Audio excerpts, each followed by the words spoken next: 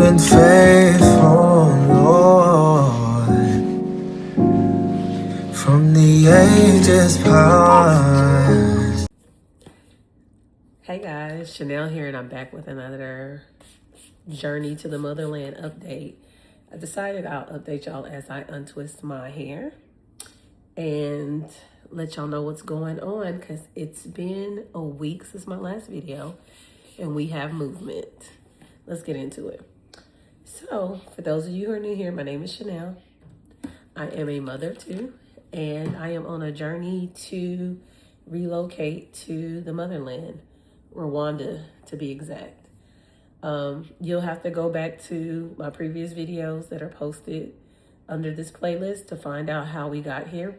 But where is here today, July 8th, in the year of the Lord and Savior, Jesus Christ, 2026. God did what he always does, and he showed up.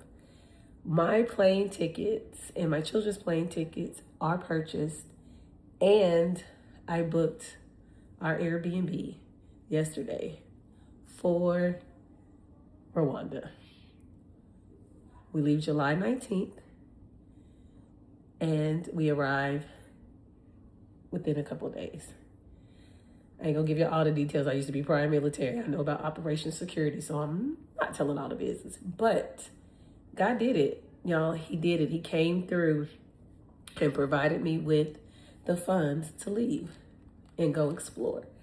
I'm still in awe. I'm in awe for a lot of reasons, mainly because I knew when I had the confirmation on the date of July 19th that if God was sanctioning this and coming through for us to go, then he's sanctioning it all. Like, I don't think this is a spying out the land trip to Rwanda for me to see if I like Rwanda. I think it's for me to see what's to come. You know, when the children of Israel were right outside the promised land and Moses sent in the 12 spies, the Bible talks about how they came back carrying grapes that were bigger than a person. Like, they had to have more than one person carrying back a bundle of grapes. And I just have this belief that this is my promised land. This is part of my inheritance from the Lord for whatever he's having me go to do in Rwanda. That's the next question that is being posed to the Lord on my behalf is, what do you have for me and my family in Rwanda? And what do you want me to give Rwanda? So we will be traveling there. We're gonna live like locals, or as much as like locals. So I chose an Airbnb. Initially, I was going to choose a hotel, but I decided to go with a Airbnb so I can see what it's like when we run out of things, like soap, or if we need more toilet paper, which is probably an Airbnb. However, to get the feel, to orient myself, to really try to immerse myself in as much as I can of the living experience. I don't know how much I can do that in 3 weeks, but I also want my children to have space to run around and not be confined to a room. Not that we plan to like stay in the hotel the whole time. However, they still need space to be children, and my daughter likes her privacy, so I made sure we got an Airbnb that had 2 bedrooms. I've already connected with another young lady that is potentially moving there also. She hasn't visited, but she's made some great connections, so she put me in touch with some people that can help me out, because really this trip is not just seeing how I feel about being in Rwanda and on the continent. It's about hoping to find purpose in why God is sending us, and also to scout the land. Like, where would my children go to school? For those of you who are not aware, I have a almost 3-year-old. He would be 3 in, oh man, I'm tangling it up, guys. Sorry, hit the camera. He will be 3 in September. And as it is now, where I live, there is schooling available for his age. However, it's not like a public school. I would have to pay tuition, and I don't qualify for any type of like assistance, because according to the standards of living, I make too much money. So when we go to Rwanda permanently, he'll be able to start school in September. I don't know if we'll be there in September, but as long as he has turned 3 before October 1st, he can start school. And it won't be possibly more than $100 or something a month for him to go to school. I need to figure out for my daughter, because she's currently in a fine arts school and she really enjoys her theater and piano and dance. So I want her to have some of the same opportunities there in Rwanda. But if she doesn't have an opportunity at school, now we have extracurricular.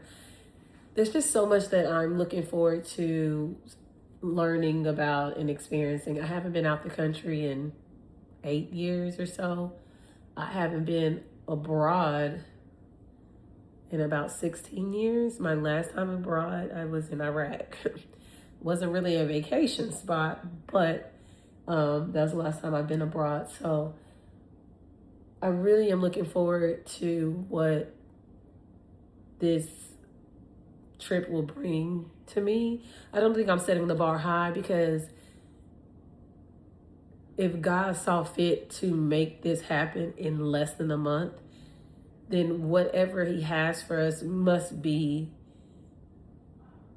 just beyond what I can comprehend. I mean, a month ago, not even a month ago, I was watching videos wondering and hoping what it could feel like, and hoping to experience what many others have said they've experienced by going back to the continent.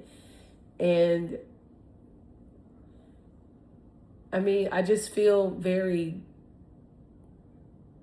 like loved by God to have been thought of in a way that, for me, it's the reminders that he shows me that, hey, I put this here. So Rwanda, only thing I knew about Rwanda was from the movie Hotel Rwanda. And it was, I guess it came across my path.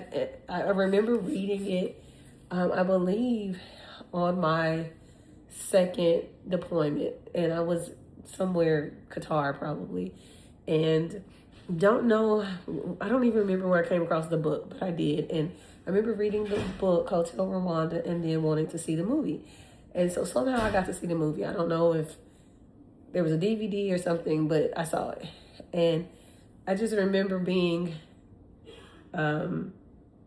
really impacted by the conditions and the effects of the genocide, and that led to the genocide. And then I remember thinking, I didn't know there was countries in Africa that spoke French.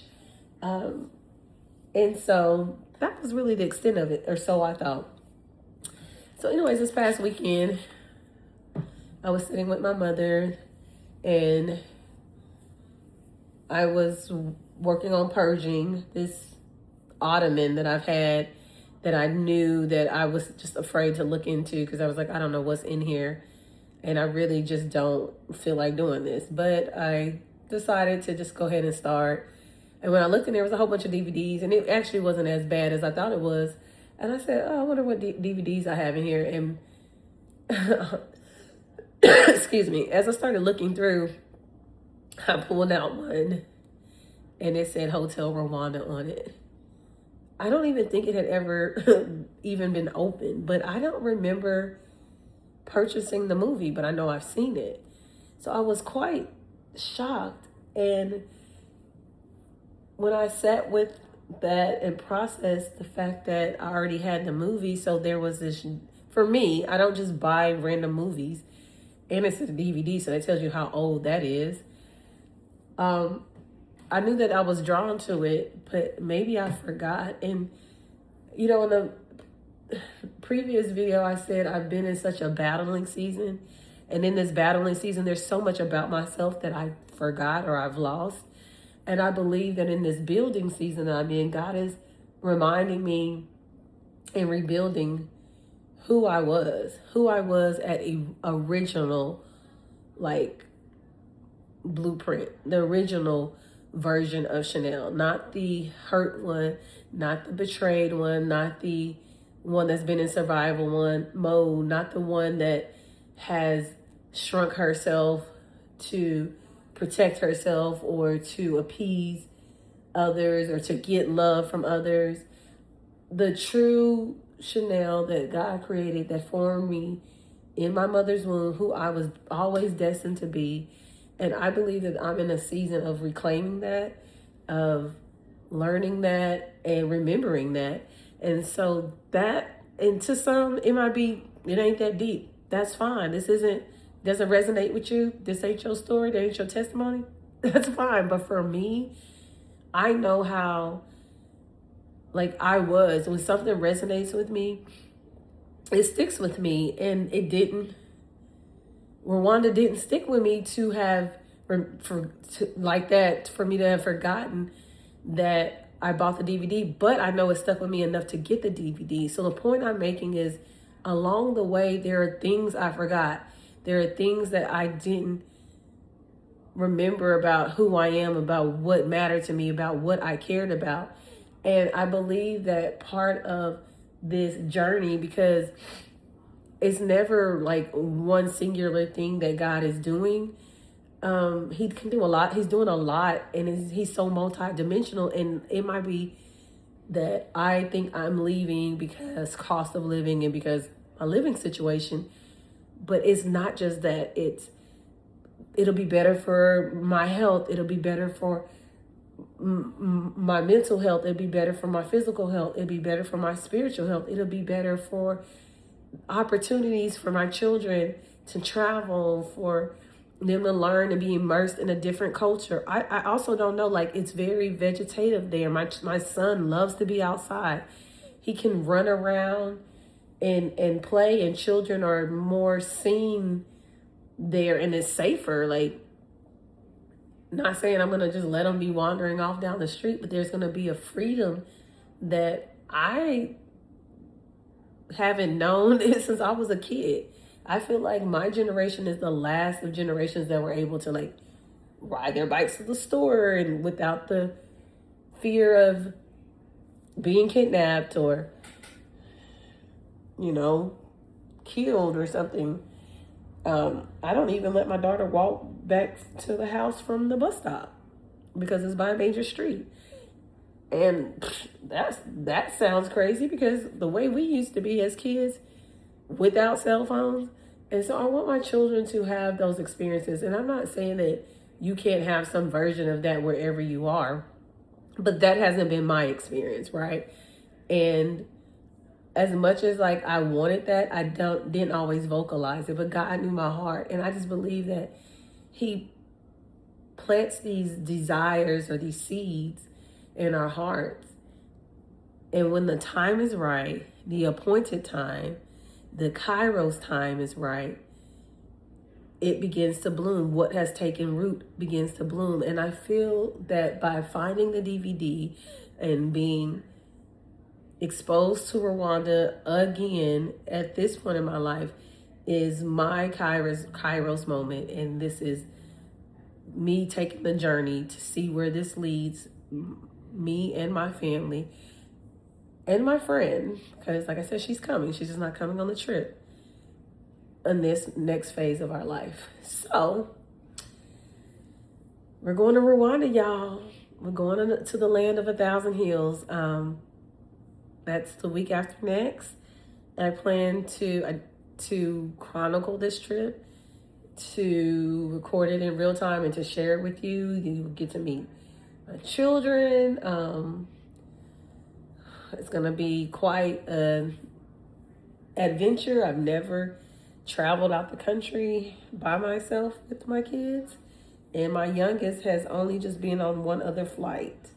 So this is going to be a long adventure getting there, but I'm excited. I'm excited and I set an expectation. So that's it. Just wanted to update you. Something short and sweet. Well, short enough. And next time I pop on here, maybe I'll have more updates, but just getting ready and setting an expectation. So if you haven't learned anything from me, let me leave you with this. God is good. He's faithful to do just what he said he'd do. And if you really trust him and put your faith and start aligning your actions with that, even if you don't see it, that's not for me to figure out. It wasn't for me to figure out when the money was coming, how it was coming, and, any of that. I just aligned myself with what I believe was God's will for Rwanda, and I started acting on that. And when I did that, they put a demand on the spirit realm to make manifestation what God had already said was for us. And so he did that. I got the money on Monday afternoon, and I purchased our plane tickets on Monday evening and the Airbnb yesterday.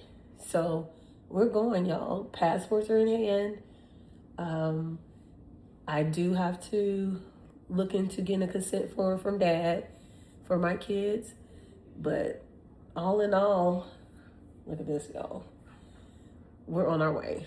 We're well on our way. So until next time, thanks for listening and following along for my journey of faith to Rwanda. And I'm Chanel, and I will be back with another update later. Y'all stay blessed.